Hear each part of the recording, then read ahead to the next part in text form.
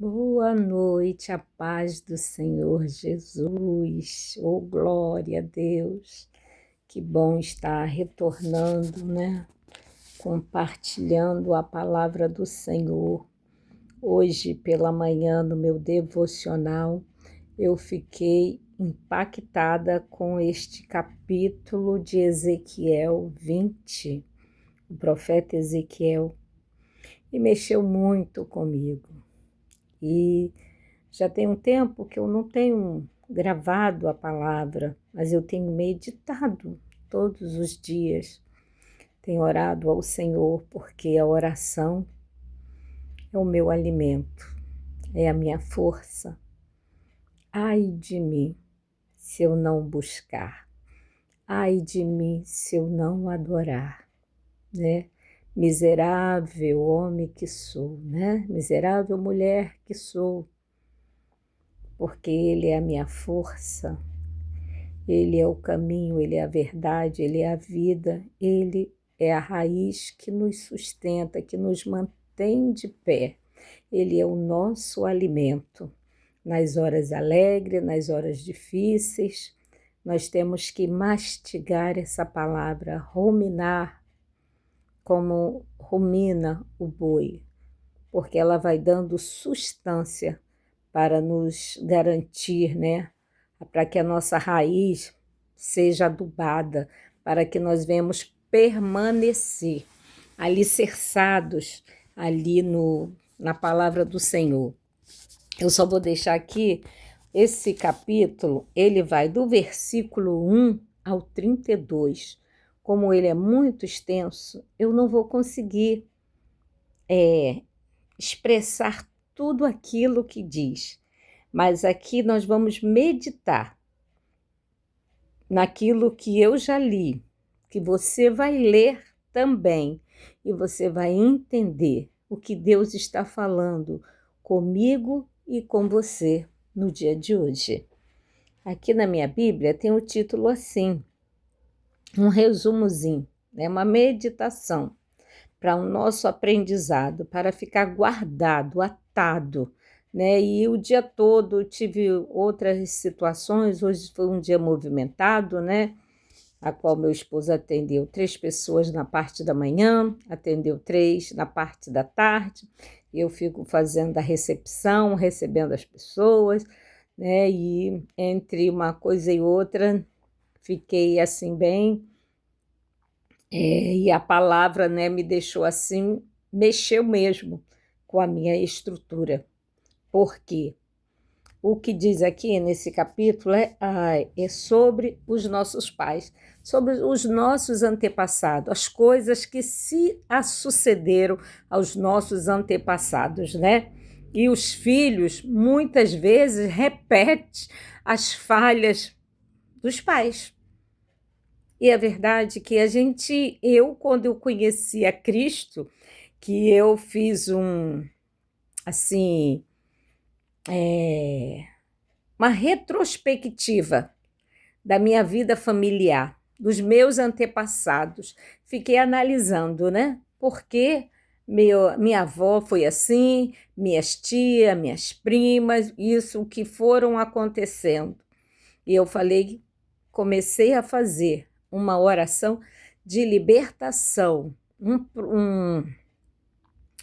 um processo, né, de libertação, de quebra de maldição hereditária, para que meus filhos, que a partir de mim, né, que começasse de mim, que meus filhos não viessem cometer os mesmos erros. E, na verdade, o meu filho mais velho, quando ele casou, né, aquele período de adaptação e tudo, que se fala de separação, que acha que qualquer coisa, né, a gente vai separar, comigo foi assim também, né? Comigo também foi assim.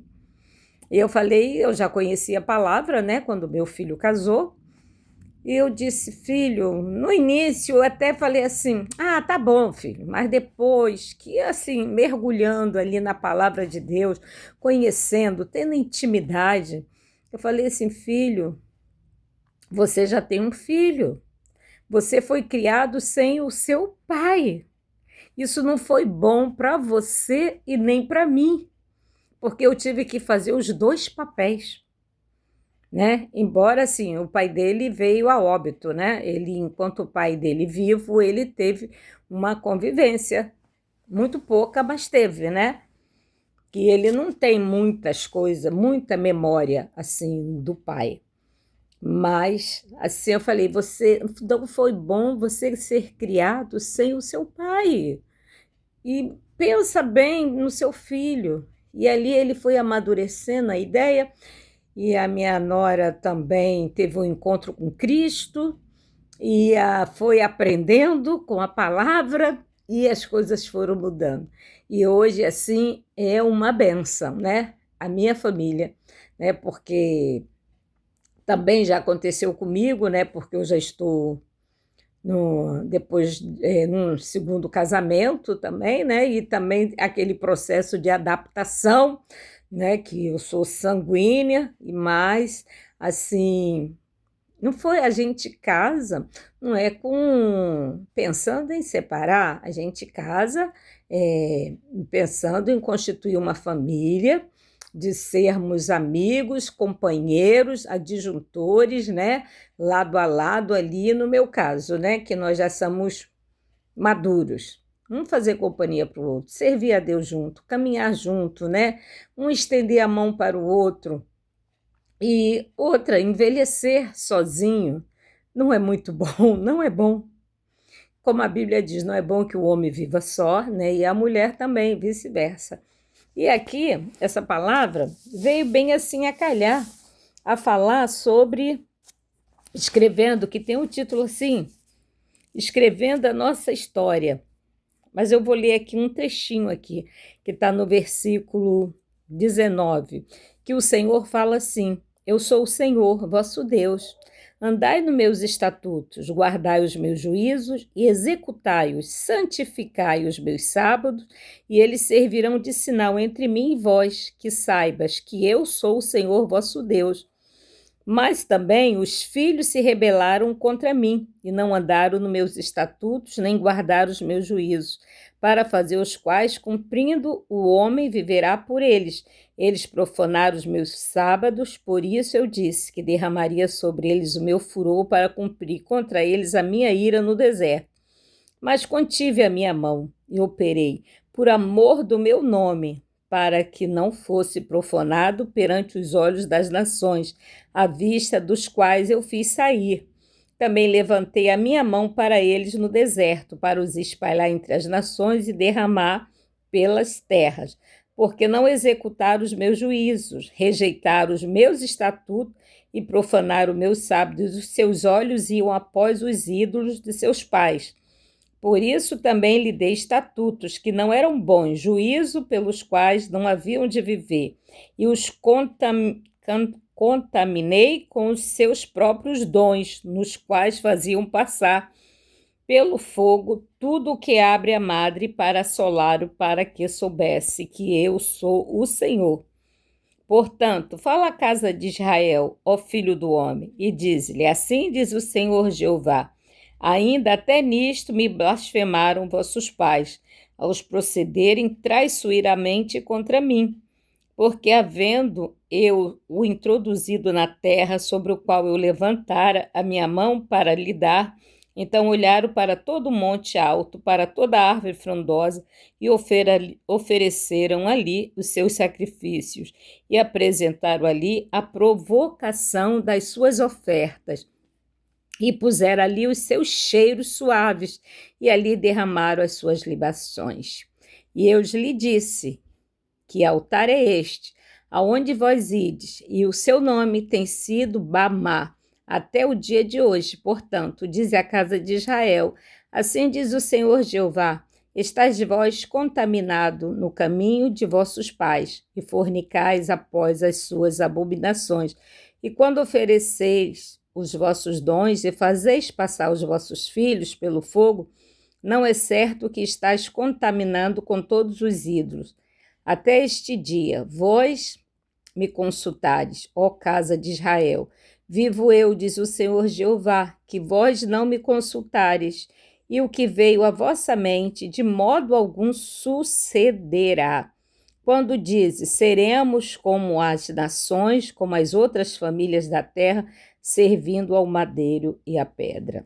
Olha só, escrevendo o título da nossa meditação, escrevendo a nossa história. Um filósofo anônimo disse: a única coisa que aprendemos com a história é que não aprendemos com a história. Como isto se aplica repetidamente na vida de famílias, povos e nações.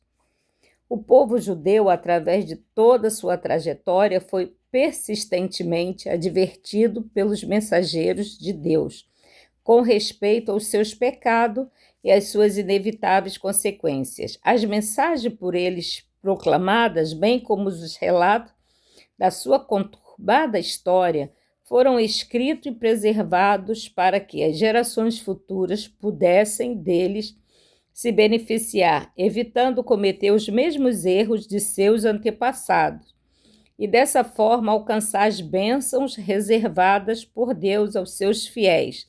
Infelizmente, até os dias de Ezequiel, eles não tinham aprendido as lições do fracasso de seus ancestrais, e por isso tiveram que experimentar também as sérias consequências de suas equivocadas escolhas. Na mensagem deste capítulo, podemos entender que o profeta Ezequiel recapitula, suscita rapidamente a história de incredulidade e rebelião de Israel, para mostrar aos seus contemporâneos que eles eram tão culpados quanto os seus pais, pois os pecados deles se repetiam, tais quais em suas vidas.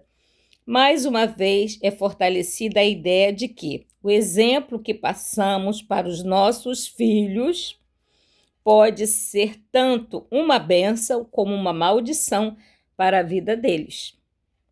Não podemos nos esquecer de que a história se repete, né?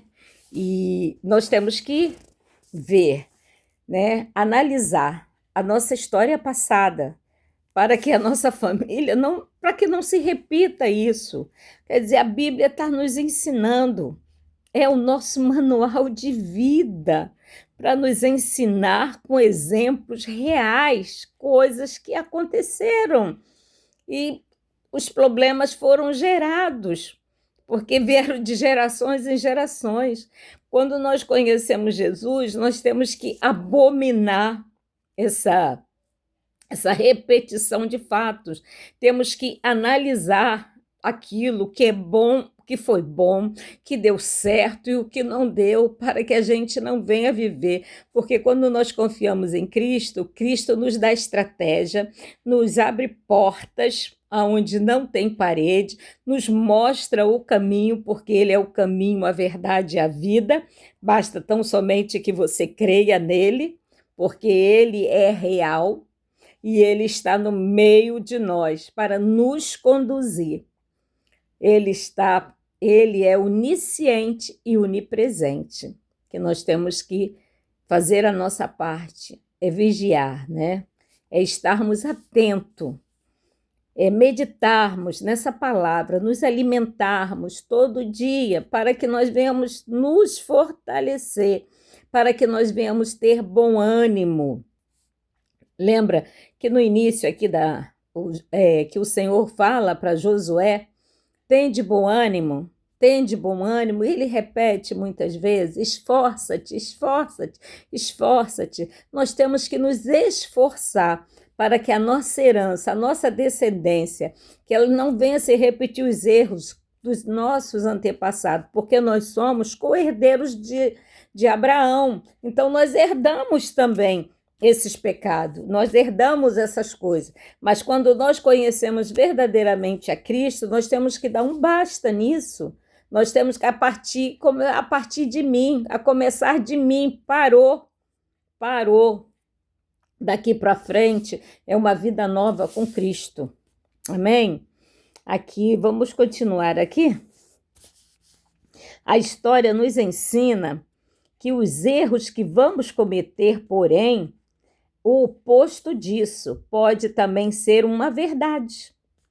A história pode nos mostrar que os nossos acertos podem ser contemplados na vida dos nossos filhos. Olha que maravilha! E dos nossos netos também, dos nossos bisnetos. Que contemplaremos em nossos filhos e netos quando a velhice nos alcançar. Como será o nosso comportamento? Que compromisso terão eles com Deus, se nós não passarmos isso para eles, né? Porque vai de geração em geração.